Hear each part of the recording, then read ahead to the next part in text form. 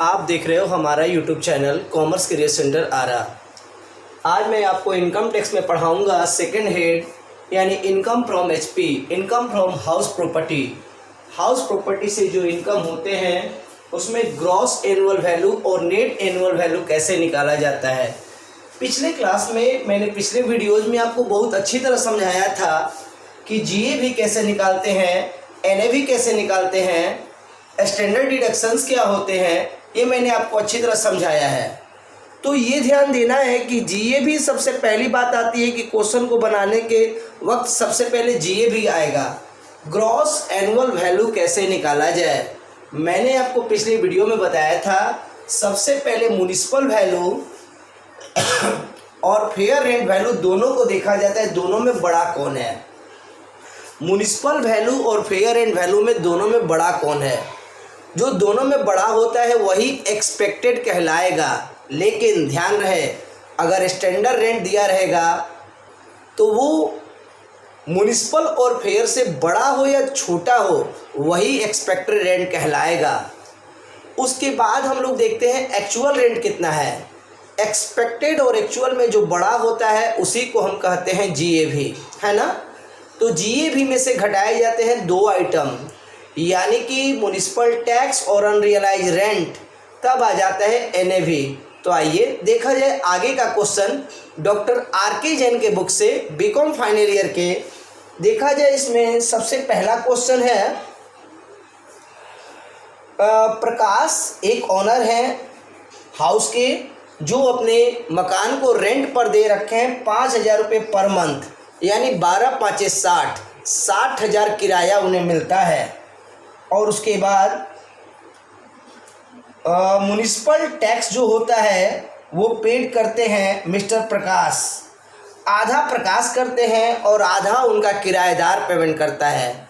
ध्यान रहे, municipal tax वही लेस करना है जो ऑनर के द्वारा पेड किया जा रहा हो, जो मालिक के द्वारा पेड किया जा रहा हो। तो सबसे पहली बात है कि हम इस क्वेश्चन में जीएवी निकालना मेरे को बहुत आसान लग रहा है, क्योंकि ना म्युनिसिपल है, ना फेयर रेंट वैल्यू है और ना ही स्टैंडर्ड रेंट दिया है। तो जीएवी तो जो एक रिसीव हो गया वही जीएवी हो जाएगा। तो इस क्वेश्चन में ग्रॉस एनुअल वैल्यू निकालना एकदम आसान है। मतलब रेंट रिसीव, जितना आपको रेंट रिसीव हुआ वही ग्रॉस एनुअल वैल्यू हो गया, यानी 12 पाँचे 60,000। बढ़िया। इसमें से लेस कर दिया जाए सर जी म्युनिसिपल टैक्स। म्युनिसिपल टैक्स को लेस कर दीजिए। कितना लेस कीजिएगा? तो 10% लेस करना है। तो ऐसा है कि पहला इस क्वेश्चन को दो बार बनाना है। एक बार बनाना है तो पूरा मालिक पेड कर रहा है और दूसरी बार में आधा जो किराएदार पेमेंट कर रहा है। क्वेश्चन ये पहला वाले में कह रहा है कि पूरा का पूरा मालिक पेड करेगा, जो मालिक पेड करता है वही लेस किया जाता है। तो मालिक 6,000 पेड कर रहा है, इसका मतलब इसका एनएवी कितना आ गया सर? नेट एनुअल वैल्यू हो गया 54,000। जब आप दूसरी बार इस क्वेश्चन को बनाओगे तो म्युनिसिपल टैक्स आधा लेस करोगे, क्योंकि मालिक आधा ही दे रहा है। तो अब आपका एनएवी उस समय कितना आ जाएगा? आपका उस समय एनएवी आ जाएगा 60,000 में से 3,000 माइनस करने पर 57,000। बढ़िया। चलिए अब हम अगला क्वेश्चन आपको बताते हैं, क्वेश्चन नंबर 2, जिसमें 4 मकान के बारे में आपको प्रैक्टिस करने को मिलेगा। बेहतर होगा कि क्वेश्चन को आप आराम से देखेंगे, अच्छी तरह देखेंगे। तो चलिए अब अगला क्वेश्चन देखते हैं 2 नंबर।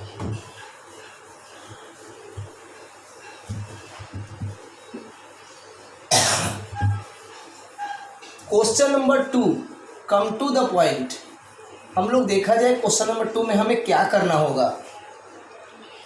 क्वेश्चन नंबर 2 पूरी तरीके से रूल पर आधारित होगा, क्योंकि लगभग सारे आइटम मौजूद हैं जो कि होने चाहिए। Fair rent value, municipal value, actual value और स्टैंडर्ड। जैसे हम पहला क्वेश्चन बनाने जा रहे हैं, क्वेश्चन नंबर 2 का फर्स्ट हाउस में सबसे पहले हम लोग क्या लेते हैं सर? Municipal value. सबसे पहले हम लोग लेते हैं म्युनिसिपल वैल्यू। म्युनिसिपल वैल्यू कितना दिया हुआ है क्वेश्चन में 20,000। बढ़िया। उसके बाद हम लोग लेंगे फेयर रेंट वैल्यू।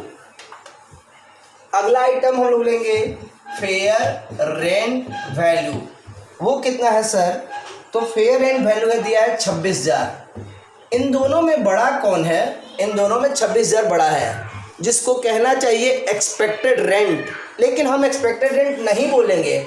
हालांकि दोनों में 26,000 बड़ा है, इसी को एक्सपेक्टेड रेंट बोलना चाहिए, लेकिन हम नहीं बोल सकते हैं एक्सपेक्टेड, क्योंकि जब स्टैंडर्ड रेंट मौजूद होता है तो समझिए वही हो जाता है एक्सपेक्टेड रेंट, चाहे वो छोटा हो चाहे वो बड़ा हो। तो स्टैंडर्ड रेंट कितना है सर? स्टैंडर्ड रेंट है 25,000। तो हम यहाँ लिखेंगे बट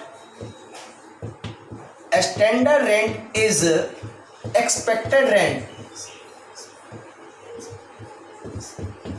एक्सपेक्टेड रेंट, तो एक्सपेक्टेड रेंट कितना हो गया?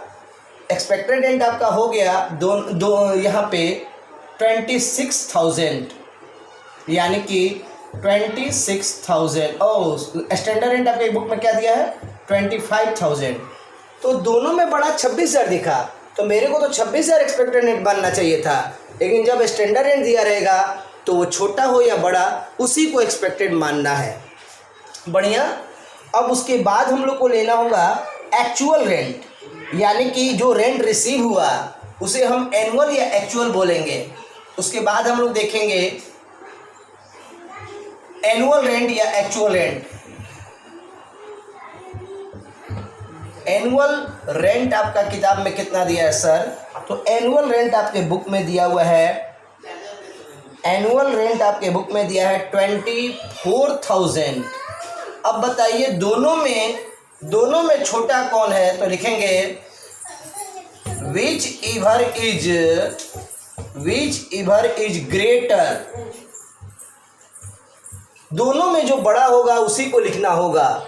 तो बताइए 24,000 और 25,000 में बड़ा कौन है सर? तो 24,000 और 25,000 में 25,000 बड़ा है, तो हम लोग यहाँ लिखेंगे GAV, ग्रॉस एनुअल वैल्यू 25,000 रुपये। तो इस तरीके से यही आपका आंसर हो गया। मान लिया जाए जिस क्वेश्चन में स्टैंडर्ड रेंट ना दिया रहे तो वो क्वेश्चन कैसे बनाएंगे सर? मान लिया जाए इसी क्वेश्चन में स्टैंडर्ड रेंट नहीं है, तो 20 और 26 दोनों में बड़ा कौन है? 26,000। तो एक्सपेक्टेड रेंट लिखेंगे 26,000, जबकि एनुअल रेंट कितना है? 24,000। तो 26 और 24 में बड़ा कौन? 26। उस समय GA भी कहलाता 26,000। तो ध्यान देना है, अगर क्वेश्चन में स्टैंडर्ड रेंट दिया है तो उसी को एक्सपेक्टेड मान लेना है, चाहे वो छोटा हो या बड़ा हो।